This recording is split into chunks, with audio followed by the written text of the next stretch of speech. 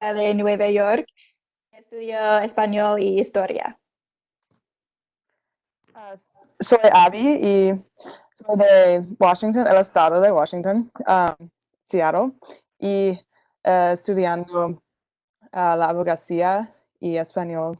Y no sé, ¿qué es? ¿Es todo o no? Sí. ¿Yo? Bueno, hola, soy Alexis, soy de Connecticut, y estoy estudiando gobierno y español y ahora mismo estoy en mi casa y tengo dos hermanitas, así que si hay un ruido, perdón. Yo soy Emma y vivo en Minnesota, es al norte, y estudio comunicaciones y el español. Uy, ¿la perdimos a Fer? No, yo sigo acá. Ah, bueno, no te veo yo. Mib, entonces. Soy Maeve. Yo estoy en mi casa en Boston ahora y yo estudio gobierno y español en la Universidad de Smith. Hola, soy Rachel. Vivo en Pensilvania, cerca de la ciudad de Nueva York. Y estudio el medio ambiente y también la sociología. Muy bien. Estamos todas entonces. Así que es tu turno, Fer, de contarnos dónde estás, a qué organización perteneces y lo que quieras contarnos en Dale. realidad. ¿Con quién ¿Cómo vivís? no? Bueno, gracias chicas por las presentaciones, súper variado lo que están estudiando entre ustedes, ¿no? Como que se cubren muchas áreas. Yo soy patagónica, soy de la provincia del Chubut, de la cordillera, de la montaña, y soy de profesión traductora y profesora de inglés. Actualmente solo trabajo de profesora, o sea, docente en la escuela pública en secundaria. Y a su vez también soy directora de la Asociación Civil Caleuche. Es una asociación civil sin fines de lucro que gestiona la radio comunitaria Caleuche, que funciona, este es el 10º año, acá en la ciudad de Esquel. Y en realidad cuando digo funciona, funciona entre comillas porque este año estamos en pausa por diferentes motivos. Bueno, ahora claramente por la pandemia, pero antes de que empezara toda esta crisis, en realidad nosotros ya veníamos atravesando una crisis y estábamos en proceso de darle al proyecto para cambiarlo de edificio y eso. Pero bueno, la radio comunitaria Caleuche sigue existiendo, solo que este 2020 de momento está transmitiendo. Y bueno, ya que está, Juli, cuento un poco de la historia y cómo surge, ¿te parece? Sí. Ustedes me van guiando por ahí sobre algo en particular que quieran saber, porque si no yo pongo play y después no me para nadie, así que ustedes me van a que sean. La radio comunitaria Caleuche nace en 2010, perdón, me corrijo. En realidad empieza a transmitir en 2010, como proyecto nace allá por el 2006. Lo que pasa que, bueno, tardamos varios años entre que surgió la idea de la radio comunitaria y que formalmente pudimos empezar a transmitir y hacerla funcionar. ¿Y por qué surge una radio comunitaria? Esquel, que es la ciudad en la que nací y en la que actualmente vivo, tiene una historia bastante particular, historia reciente, bastante particular, o sea, de la década de los 2000, que es la lucha en contra de la megaminería. Ustedes sabrán, porque han estado estudiando sobre Argentina, que en el año 2001 hubo una gran crisis económica en Argentina y costó varios años recuperarse, y bueno, eso llevó a que haya un nivel de desempleo muy alto. En este contexto de crisis económica, desembarca en Esquel una empresa extranjera, estadounidense y canadiense, en realidad es canadiense con oficinas en Estados Unidos, o con sede administrativa en Estados Unidos, Meridian Gold. Y para esta comunidad chiquitita, Esquel tiene 40.000 habitantes, es un pueblo, en realidad, que vive principalmente del turismo, de la ganadería y del empleo público. ¿Sí? Somos muchos agentes del Estado. Por ejemplo, los docentes que trabajamos en la escuela pública somos trabajadores del Estado. Entonces, en este contexto de gran desempleo,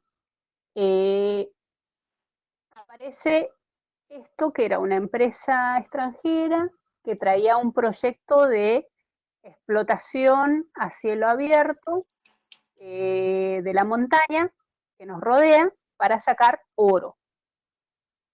El problema en la actualidad con el oro es que ya no está más en pepitas como antes, ¿no? Está en partículas como harina. Perdón, Fer, ¿ubican lo que son pepitas, que son las pequeñas rocas? Lo que dice Fer es que el oro ya no está en pequeñas rocas, que es más fácil de encontrar o de separar, sino que está en partículas más chiquitas. ¿Y qué es el nombre de la empresa otra vez? Meridian Gold. Gracias. Bueno, lo que empieza a suceder ahí, les cuento el contexto porque es importante entender que había hambre, había falta de trabajo y había mucha crisis económica, entonces que de pronto en una comunidad tan chiquita como la de Esquel venga una empresa extranjera y ofrezca fuentes de trabajo e industrias, es como algo que aparentemente es muy deseable. Algo que aparentemente viene a solucionar parte de esa crisis económica que estábamos atravesando. Lo que pasa que también otra parte del contexto en el que sucede esto es que en Esquel, a pesar de ser una comunidad muy chiquitita, hay una sucursal de la Universidad Nacional de la Patagonia. Eso implica que hay profesionales de distintas ramas, mucho que está relacionado, como está el profesorado de biología, hay muchas personas vinculadas a la biología, también hay un laboratorio hidrológico, con lo cual también hay profesionales que saben interpretar información que tiene que ver con el agua, y eso hizo que cuando pasó el furor, la euforia de la llegada de una nueva empresa a la comunidad, se empezó a investigar, bueno, a ver qué va a hacer esta empresa, qué es esto de la megaminería a cielo abierto. Entonces ahí se empezaron a encender luces de alarma a raíz de que distintos profesionales eran capaces de interpretar la información que se iba haciendo pública. Esos profesionales eran capaces de leer un estudio de impacto ambiental y poder entenderlo, interpretarlo y además traducirlo a un lenguaje más coloquial para compartir con el resto de la gente que por ahí no sabemos de esas cosas. Y que si leemos un estudio de impacto ambiental, aunque estuviese en español, era como si estuviese en otro idioma, porque como son términos muy técnicos, y para poder entenderlos hay que tener un conocimiento técnico, no sé. Entonces, bueno, lo que empezó a suceder fue que esas luces de alarma se empezaron a encender y decían, pará, la gente empezó a decir, ¿no? Pero pará, está bueno que venga una empresa que ofrezca puestos de trabajo porque hay un desempleo muy alto y una económica muy grave y muy profunda, pero ¿a costa de qué? ¿Qué va a costar esto? Y cuando la gente se empezó a dar cuenta que lo que nos iba a costar era la salud ambiental, es decir, cuando la gente empezó a darse cuenta que este tipo de explotación iba a contaminar el agua, e iba a contaminar el aire, e iba a contaminar la tierra, como que se empezaron a generar dudas. Y después, compartiendo experiencias con otras comunidades que sufren la megaminería o el extractivismo, se empezaron a ver otras cuestiones sociales. Por ejemplo, la gran afluencia de trabajadores de otras comunidades, normalmente hombres solos, que están lejos de sus familias y de su red de contención. Eso lleva a mayor nivel de adicciones y todos los problemas que eso acarrea, prostitución, bueno, violencia sexual, y eso se genera mucho en los lugares o en las comunidades donde hay extractivismo. O sea que eso era lo social. Bueno, además de, como Esquel es una ciudad chica, tiene una infraestructura capaz de atender a los 40.000 habitantes. Pero si de pronto llegaban 5.000 personas más, se iba a colapsar. Digo 5.000 por decir una cifra, no sé cuánto se estimaba que llegara, cuántas personas nuevas se estimara que llegaran. Y después está la cuestión económica, porque si bien de pronto mucha más gente iba a tener trabajo, en realidad el pasivo ambiental que dejan este tipo de industrias extractivistas es muy caro.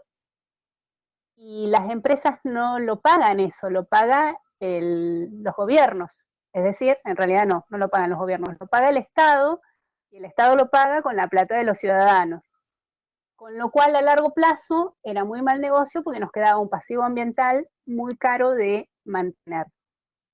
Yo no sé si ustedes están familiarizadas con cómo funciona a grandes rasgos una mina de oro o de cualquier mineral a gran escala. Juli, ¿qué te parece que lo comente un poquito? Dale, pero antes, si querés, podemos recordar la fecha del momento en el que estamos hablando, por si se les escapó alguna. Mencioné dije 2000. Esto empezó a suceder el 2001, fue la gran crisis económica. Meridian Gold desembarcó en Esquel en 2002, mediados del 2002. Bueno, un emprendimiento megaminero funciona de esta manera. Primero hay que volar la montaña para poder pulverizar la roca. La razón por la que hay que pulverizar la roca es, como les comentaba antes, los minerales están en partículas muy, muy, muy pequeñas, como si fuese una harina o un talco. Entonces, primero hay que volar la montaña, para eso se usan explosivos.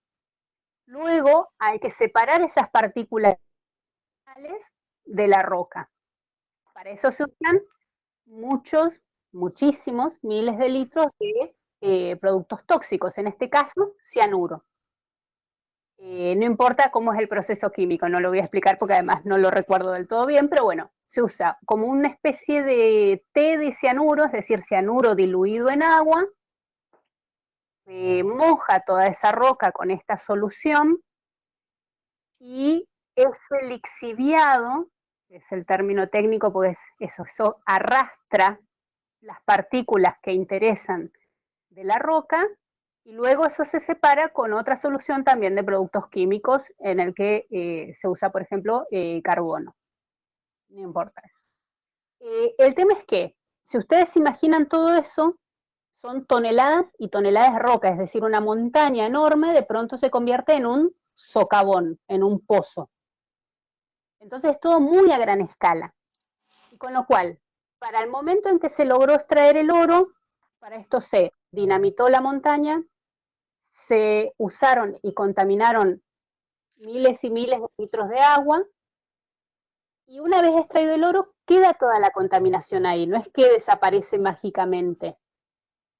Entonces eso, que es como una sopa tóxica, se deja en grandes piletones, se llama dique de cola. Y esto queda a perpetuidad, porque no hay manera de sacarlo, no hay manera de eso convertirlo en algo neutro y hacer un lago bonito con pajaritos, no, eso queda tóxico ahí a perpetuidad.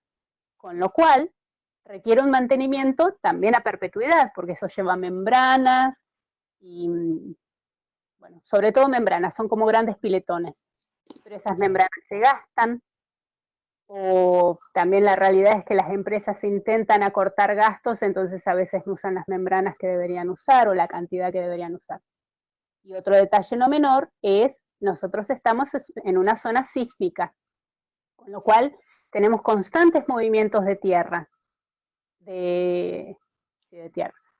Entonces también hay riesgo de que los mismos movimientos sísmicos hagan que esos diques de cola, esos grandes piletones tóxicos, se rompan. Cuando la gente entendió esto en términos, como los acabo de explicar, en términos mucho más coloquiales, empezó a darse cuenta que no era tan buen negocio y que en realidad lo que había que hacer, en vez de alegrarse de que viniera esta empresa, era intentar detenerla. Pero era una cosa, porque por un lado, sí, Juli.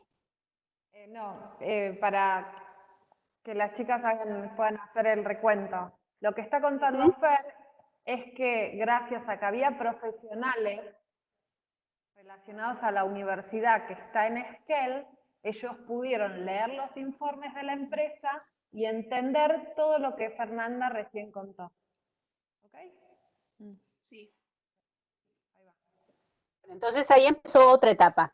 Ya se acabó la alegría, se acabó el entusiasmo y la gente se empezó a dar cuenta, bueno, algo tenemos que hacer, esto no puede pasar en nuestra comunidad, no puede pasar en nuestro entorno, porque se entendía que era el final de la vida tal como la veníamos sosteniendo hasta ese momento, es decir, viviendo de la naturaleza y con una calidad de vida que te ofrece el tener agua potable y aire puro.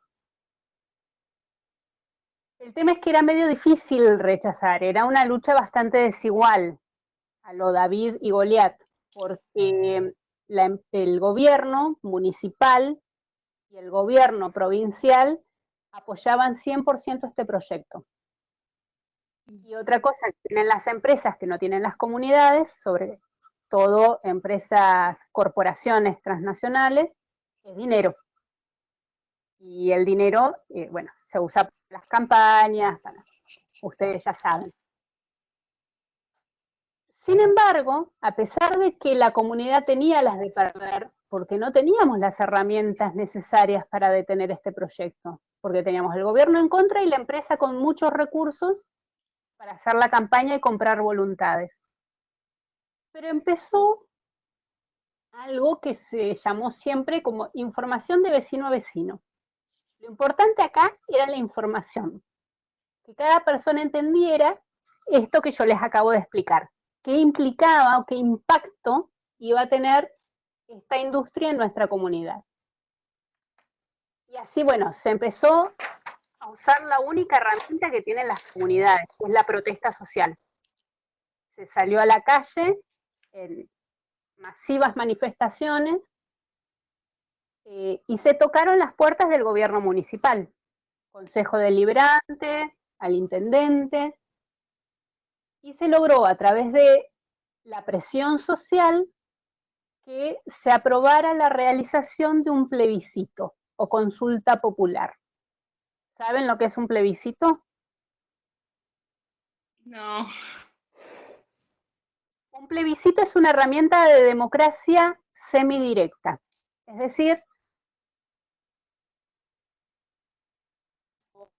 representantes del pueblo para tomar una decisión, sino que el ciudadano tiene la oportunidad de dar su opinión. Entonces, un plebiscito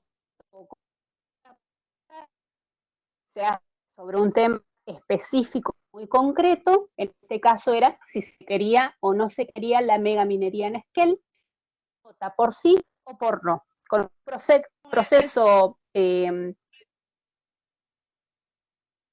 ¿sí? Como un referéndum. Exactly. Sí. In inglés es plebiscite. Okay. Sí, es un cognate. Un referéndum. Funciona como si ese proceso eleccionario de cuando hay que elegir los representantes. En cuanto a la dinámica, ¿sí? Está el padrón, solo pueden votar los mayores de 18 años, y la dinámica se da igual a cuando nosotros tenemos elecciones en el país. Solo que vota la gente de la ciudad únicamente, y sí, en la urna dicen sí o dicen no. Como en todo España. Y más los recursos de los gobiernos municipal y provincial, más todo el dinero de la empresa, con los recursos de la comunidad. La campaña fue muy desigual en cuanto a recursos. Sin embargo, cuando llegó, o sea, la herramienta, insisto con esto, la herramienta que usó la comunidad de Esquel fue la información. La información, y yo diría la formación popular, la formación comunitaria, es decir, buscar en este tema al vecino, otro vecino. Las herramientas que usaron la empresa y los gobiernos fueron spots publicitarios, conciertos, regalaron plata, compraron votos y voluntades, portadas en los diarios provinciales y locales, o sea, todas cosas caras. Para las marchas en la calle, traían gente de ciudades. Bueno, cuando llegó el día del plebiscito, que fue el 23 de marzo del 2003, el 82% de la población puso el papelito del no. Ahora, ¿qué pasa? El plebiscito era no vinculante. ¿Entienden lo que es no vinculante? Non-binding. El resultado no tiene fuerza de ley. Por ejemplo, el 82%. El resultado no tiene fuerza de ley. Es simplemente una consulta, como un sondeo de opinión. Lo que pasa es que eso mostró la magnitud de la presión social. Si tenés entre tus electorados, vos sos político, y el 82% de tus votantes te dice que no, y tenés que escuchar. Entonces ahí, mágicamente, intendente, gobernador, legisladores provinciales, mágicamente cambiaron de opinión y dicen, no, bueno, vamos a respetar la voluntad del pueblo. Y ahí ese proyecto de Meridian Code se paralizó de momento. Y en ese momento se aprobó a nivel provincial la ley 5001 que prohíbe la megaminería metalífera con el uso de cianuro. Lo que pasa es que es muy específica, la ley dice cianuro, no quiere decir que no se puedan usar otros elementos químicos, otras sustancias químicas. Igual, esta es como la historia de el no a la mina. ¿Qué tiene que ver con la radio comunitaria? Se preguntarán ustedes. Bueno, hice hincapié varias veces en que la herramienta principal de la comunidad para lograr ese 82% en el plebiscito fue la información. La información brindada de vecino a vecino. Entonces, a partir de eso se notaba la necesidad de contar con herramientas de difusión de información que estuvieran, no de empresas de comunicación.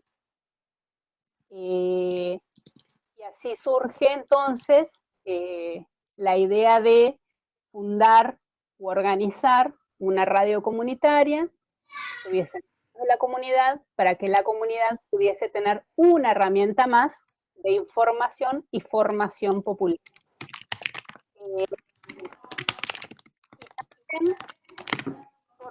También logramos detener el avance megaminero en 2003, cuando fue el plebiscito. El oro sigue en la montaña y hay otros metales en la provincia. En la meseta, a unos cuantos kilómetros de acá, tenemos el yacimiento de plata y plomo más importante en la región. Cuando digo en la región me refiero no solo a Argentina, sino en esta zona de Sudamérica.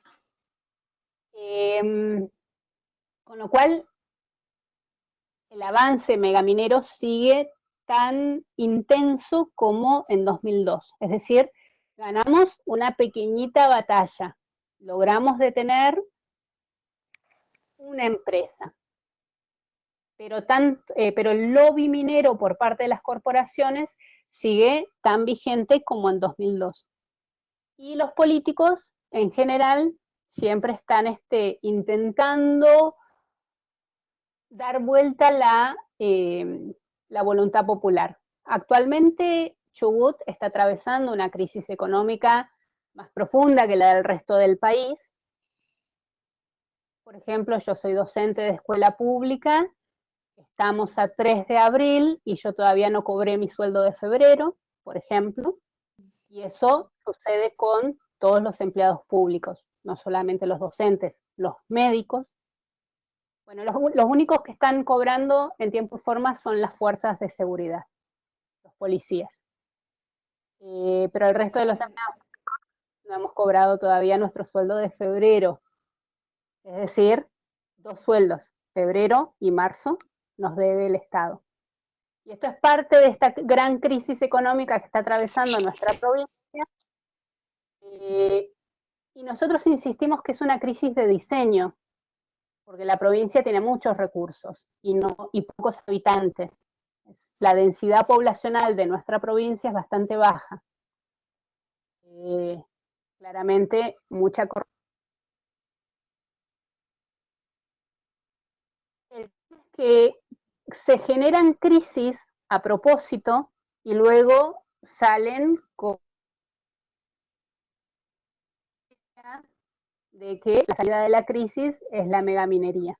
El tema es que la gente sigue resistiendo y lo que sucedió en Esquel se extendió a lo largo de la provincia y ahora cualquier trabajador o trabajadora del Estado que no ha cobrado su sueldo dice: Arcioni es nuestro gobernador, Arcioni, pagame el sueldo, y la megaminería no es una solución a la crisis. O sea, van las dos cosas vinculadas, la lucha por los derechos laborales, pero también el rechazo a la megaminería, como que se ha generado una conciencia masiva en la provincia de la importancia de no dejar que empiecen estos proyectos extractivistas.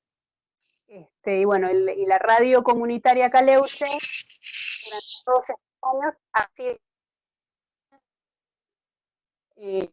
de tener esa información y esa educación del otro vecino, seguir teniendo esta conciencia en contra del extractivismo en general y la megaminería en particular. Bueno, ahí hizo un clarísimo resumen, Fer. Está bien. Chicas, preguntas, no sé, es un montón, yo sé que es un montón y son o sea, contó una historia de 2 espacios que van por el mismo carril, ¿no? El No a la Mina y FM Caleuche. Así que me imagino que les deben surgir preguntas. La que quiera. Ale. El mic. Tenés el mic apagado. Perdón, voy a silenciar. Estaba leyendo el sitio web de la radio y vi que ustedes hacen referencia a cómo los miembros de la radio son militantes, un cierto tipo de militantes. Y quiero saber si ves la radio como una forma de resistencia política y si lo ves así, ¿cuáles son los vínculos entre la radio y la acción concreta? Como en... Sí. Sí, el tema con el colectivo que forma la radio comunitaria Caleuche es que es muy diverso. Muy diverso, como de este lado de la vereda. Entonces, yo creo que sí, que es como un espacio de resistencia, y no solamente un espacio de resistencia, sino un espacio desde el cual se intenta cambiar aquello que no nos gusta o con lo que no estamos de acuerdo. Una de esas cosas que intentamos cambiar es el modo en el que se usa la información para generar opinión funcional a los gobiernos y a las empresas. Las empresas de comunicación, y fíjense que no digo accidentalmente empresas de comunicación en vez de medios de comunicación. Yo creo que empresas de comunicación es un término mucho más apropiado a cómo funcionan hoy los grandes medios de comunicación que te marcan una agenda informativa que está estrechamente vinculado con los intereses políticos y los intereses corporativos. Entonces, el objetivo desde la radio comunitaria es no marcar o no seguir, mejor dicho, esa agenda marcada por los intereses políticos y corporativos, sino generar una propia agenda que tiene que ver más con los intereses y las necesidades de la comunidad. Y hemos tenido un éxito relativo no menor durante varios años. Ahora, insisto, está como todo medio en pausa, pero ha pasado varias veces que alguna información o alguna nota periodística que se había generado a través del informativo de la Caleuche, la terminaron tomando otros medios provinciales, e inclusive hemos tenido un par de ejemplos de surgieron aquí, en esta radio comunitaria, y llegaron a los medios nacionales. Entonces, desde esa perspectiva yo creo que sí, que se plantea como un espacio de resistencia social y política en cuanto a la política no partidaria, ¿no? La política como accionar, pero no solamente de resistencia, sino, y ojalá, de cambio. Gracias. Por ahí Fer no lo, perdón, Emita, por ahí Fer no lo dice, pero Caleuche es una radio de referencia para la gente que está interesada en estos temas a nivel nacional. Cuando se pregunta dónde puedo buscar información, si alguien de afuera de la ciudad pregunta dónde puedo buscar información sobre esto, mucha gente va a Caleuche, que la página de No a la Mina. Perdón, interrumpí una pregunta. No, está bien.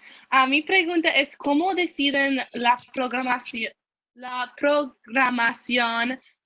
de la radio? Yo sé que es horizontal y no vertical, pero ¿hay un consejo de administración o un grupo que decide o cómo funciona? En realidad, la organización y la coordinación para que cualquier cosa funcione es súper necesaria, así que sí. Hay primero un editorial es como una especie de tratado o de, no me sale la palabra ahora, pero bueno, es un texto en el que se dice qué se puede y qué no en los programas de la radio, que es muy básico, tiene pocas partes. Primero, no se pueden hacer programas vinculados con la política partidaria, sí con la política. Y en momentos de elecciones, claramente, los representantes de distintos partidos políticos tienen micrófono, pero no para hacer proselitismo. Entonces, no política partidaria. No religión, porque hay muchas radios ya que tienen que ver con las iglesias, sobre todo las católicas, y entra también dentro de esa restricción todo lo que tiene que ver con el New Age o esas cuestiones como de comercialización de ideas que tienen que ver con la salud o con el bienestar, pero sobre todo cuando tiene que ver con la comercialización de eso. No intereses corporativos de ningún tipo, por ejemplo, megaminería, y bueno, después todo lo que tenga que ver con la no discriminación y con el respeto a la diversidad. Así que son esas 4 columnas que tienen que ver con lo que se restringe en cuanto a los programas de radio. Y después existe una comisión de programación, que son miembros de la asociación y a su vez miembros de la radio, en general otras personas que tienen programas de radio, que son quienes se ocupan de recibir los proyectos. Para poder hacer un programa de radio hay que escribir un proyecto sencillo, siguiendo un modelo, y bueno, en realidad es más que nada porque quienes hacen programas de radio son normalmente, programas de radio en la radio comunitaria, son personas que no están vinculadas a la comunicación. Entonces es como que tienen que aprender a hacer radio. Entonces el rol de la comisión de programación es la formación técnica, de cómo producir, cómo conducir y cómo operar un programa de radio. Y luego, bueno, fijarse que no haya 2 programas que sean muy parecidos entre sí, o por ahí, no sé, hacer entender que un nombre muy largo para un programa no es lo ideal, que es mejor por ahí un nombre más corto. Pero bueno, no nos ha tocado rechazar programas, excepto eso, cuando han tenido algún tinte político partidario o religioso, sobre todo. Bueno, gracias.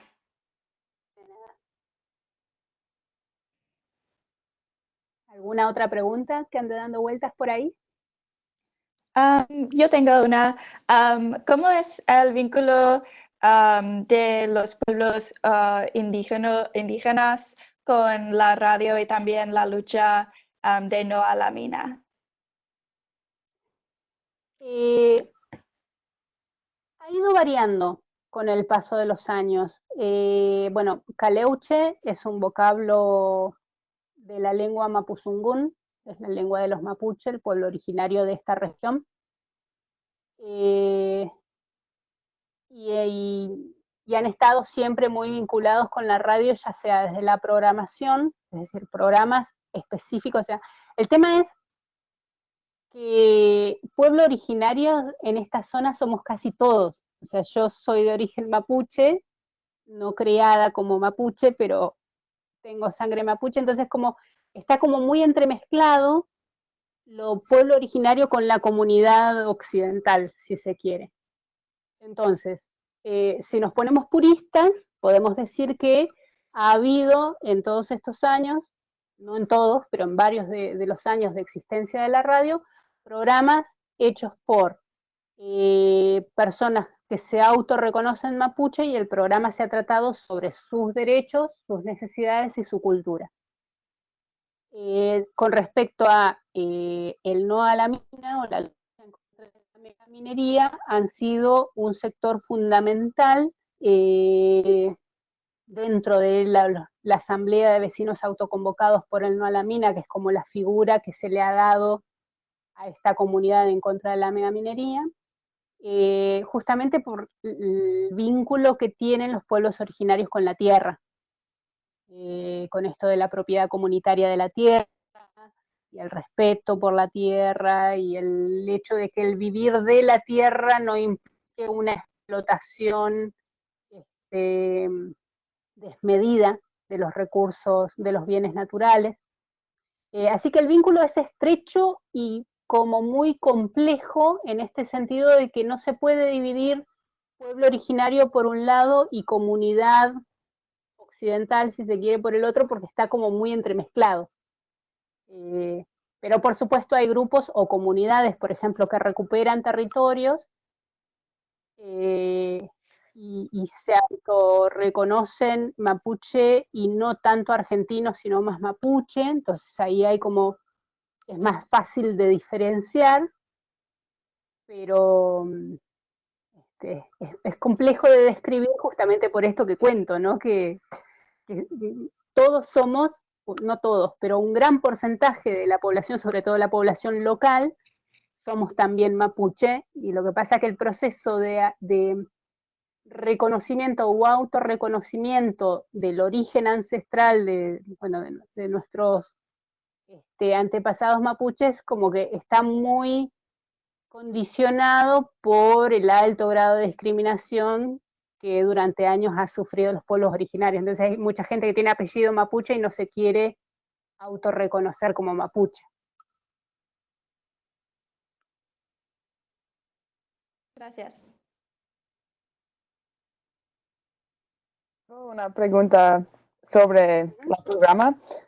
El sitio menciona que ofrece talleres y cursos y quiero saber qué son. Bueno, ¿se acuerdan que yo les comenté hace un ratito que en general quienes hacen programas de radio, en la radio comunitaria, no son personas que tengan formación académica en comunicación o que estén de alguna manera vinculados con la comunicación? Son en general personas o grupos de personas que tienen algún interés en particular sobre distintos temas y lo quieren compartir a través de la radio comunitaria.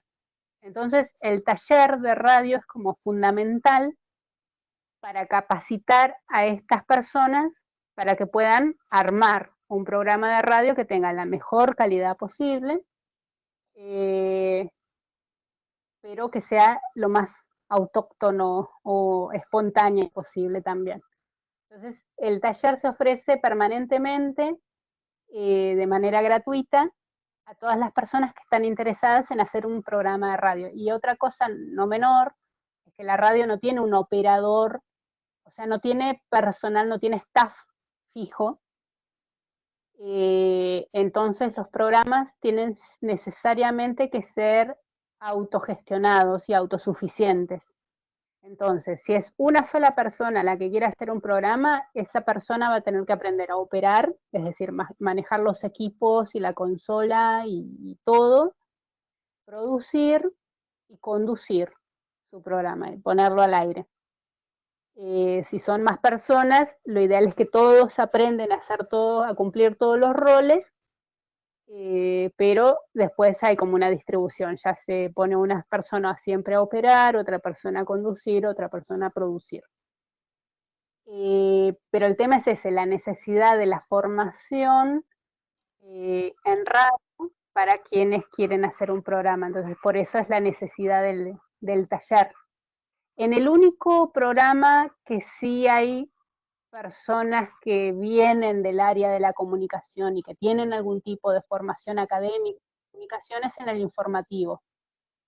En el informativo sí hay periodistas o hay licenciados en ciencias de la comunicación porque es otro tipo de programa y necesariamente hace falta una formación ya más académica para lograr un producto de más calidad. O sea, la generación de información requiere, no necesariamente, pero en general por lo menos cierta experiencia o formación académica. Gracias. El informativo son las noticias, chicas. Claro. Yo tengo una... Oh, perdón. Ahí va. Yo tengo una pregunta más divertida, pero ¿qué es tu programa favorito de la radio? Yo estaba leyendo sobre algunos y hay varios. Mira, en realidad me han gustado. El tema es ese. También hay que entender que hay programas que nacen, por ahí duran una temporada y luego no siguen. Y otros programas que han estado desde el principio hasta este momento en la radio. Los que a mí me han gustado ha sido uno que había del Club de Observadores de Aves, que uno piensa un programa sobre pájaros, es un poco extraño, pero se daba una dinámica entre las personas que lo hacían como muy entretenida, muy divertida, en el cómo presentaban temas que si uno no es aficionado a observar aves, puede resultar como un poco aburrido. y sin embargo era uno de mis programas favoritos porque todo lo que hacían en cuanto a la conducción y la dinámica y la artística, es decir, cómo armaban todos esos pequeños sonidos que acompañan el programa, era muy, muy entretenido. Y otro que fue también uno de mis favoritos, que duró una sola temporada, lamentablemente, era de poesía viva, que también uno piensa un programa de poesía súper aburrido. También era suficientemente dinámico y además a mí particularmente la poesía como literatura no me gusta mucho, pero poesía en radio me resultaba interesante, me daban ganas de escucharlo. Me gustan los programas únicos que tienen. Como cosas muy, muy variadas. Después tuvimos, que duró varias temporadas hasta que la docente que lo organizaba se jubiló, un programa con alumnos de sexto grado de una escuela primaria. Y eso también era como una experiencia muy linda porque era muy espontáneo y se notaba como la evolución de a principio de año, los estudiantes muy tímidos y trabándose mucho para leer o para hablar, y ya casi al cierre de la temporada mucho más sueltos y con más confianza y equivocándose cada vez menos. Entonces eso también me gustaba escuchar, como soy docente, me gustaba ver ese proceso de aprendizaje a través de un programa de radio. Sí. Yo quería esta oportunidad. ¿De hacer radio te gustaría? Es una forma de conectar la comunidad en muchos niveles. Muchos intereses, pero también muchos niveles, porque seguramente esos niños de sexto grado nunca se olviden de su experiencia en la radio. Sí, sí. Bueno, tenemos que ir cerrando la charla porque en 10 minutos tenemos la charla con el próximo grupo. ¿Alguna pregunta que les haya quedado dando vueltas que quieran que Fer conteste? O de Fer para las chicas, no sé. Me parece que quedaba por ahí una preguntita. No, creo que yo interrumpí a Emma, pero creo que no tenía más preguntas. No sé. ¿Estamos bien entonces? Bueno, Fer, si querés compartir, si tenés ganas de compartir tu email en el chat del grupo, no sé si ves el chat, o yo lo puedo compartir, no hay problema, por si las chicas se quieren conectar con vos. Pues lo tengo ahí apoyado precario, así que mejor compartíselo. Bueno, dale, por si alguna...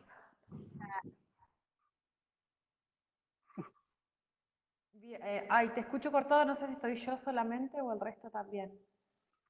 Ok, yo escucho. Ahora escucho. Ok, entonces soy yo. ¿Qué decías, Fer, perdón? No, que eso, que vos les compartas mi mail y cualquier cosa que quieran preguntarme pueden seguir ahí a través del mail, no hay ningún problema. Ahora en tiempo de cuarentena tengo un poco más de tiempo para responder. Y una cosita chiquita les quería contar, casi anecdótica. En 2014, vieron que yo les dije, el referéndum era una herramienta de democracia participativa semidirecta. Existe otra herramienta que se llama la iniciativa popular. Iniciativa popular es cuando un grupo de ciudadanos y ciudadanas presentan en la legislatura un proyecto de ley que tiene que ser tratado. ¿Sí? Se presenta con el aval del 3% del padrón electoral, es decir, un porcentaje de la población. Nosotros hicimos eso en 2014. Era una ley más amplia que la que tenemos actualmente para prohibir la megaminería y fue un hecho histórico. Pero en la legislatura los representantes políticos hicieron trampa y la cambiaron y aprobaron otra cosa que, bueno, luego se derogó, o sea, se quitó.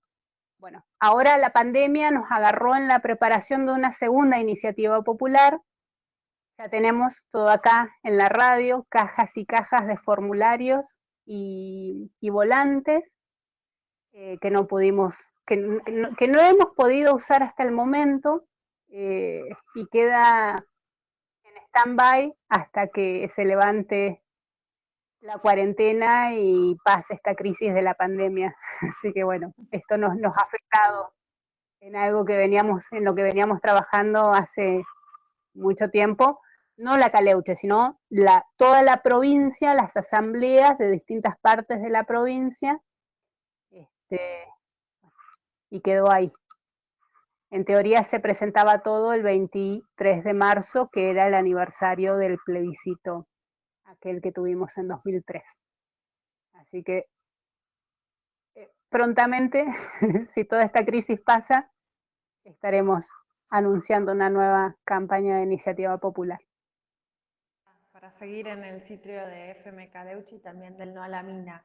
Piensen, chicas, antes de cerrar, en cómo las distintas organizaciones y comunidades utilizan diversas estrategias para su lucha. En esto que está mencionando Fer, está hablando de una estrategia desde las asambleas que tiene que ver con lo legal. ¿Okay? Es otra forma de luchar.